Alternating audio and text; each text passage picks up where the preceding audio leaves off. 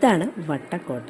കന്യാകുമാരി ജില്ലയിൽ സ്ഥിതി ചെയ്യുന്ന വളരെ ചരിത്രപ്രസിദ്ധമായിട്ടുള്ള ഒരു കോട്ടയാണ് ഈ ഒരു വട്ടക്കോട്ട എന്ന് പറയുന്നത്. ഇത് കന്യാകുമാരി ജില്ലയിൽ നിന്ന് ഏകദേശം ഒരു 7-8 കിലോമീറ്റർ ദൂരത്താണ് സ്ഥിതി ചെയ്യുന്നത്. 18-ാം നൂറ്റാണ്ടിലെ മാർത്താണ്ഡവർമ്മയുടെ കാലത്ത് അദ്ദേഹത്തിൻ്റെ സൈന്യാധിപനായിരുന്ന ക്യാപ്റ്റൻ ഡില്ലനോയാണ് ഈ ഒരു കോട്ട പണി കഴിപ്പിച്ചിട്ടുള്ളത്. ഈ ഒരു കോട്ടയുടെ മുകളിൽ നിന്ന് നമുക്ക് കാണാൻ കഴിയുന്നത് അറബിക്കടലിൻ്റെ മനോഹരമായിട്ടുള്ള ഒരു ദൃശ്യമാണ്. അറബിക്കടലും അതുപോലെ തന്നെ ഇപ്പുറത്തെ സൈഡിൽ നല്ല പച്ചപ്പുള്ള വളരെ മനോഹരമായിട്ടുള്ളൊരു കോട്ടയാണ് ഈ ഒരു വട്ടക്കോട്ട എന്ന് പറയുന്നത്.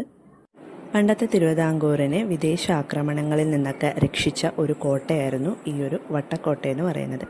ഇന്ന് ഇതിപ്പോൾ തമിഴ്നാടിൻ്റെ ഭാഗമാണ്. പണ്ട് നമ്മുടെ തിരുവിതാംകൂറിൻ്റെ ആയിരുന്നു ഈ ഒരു വട്ടക്കോട്ട എന്ന് പറയുന്നത്.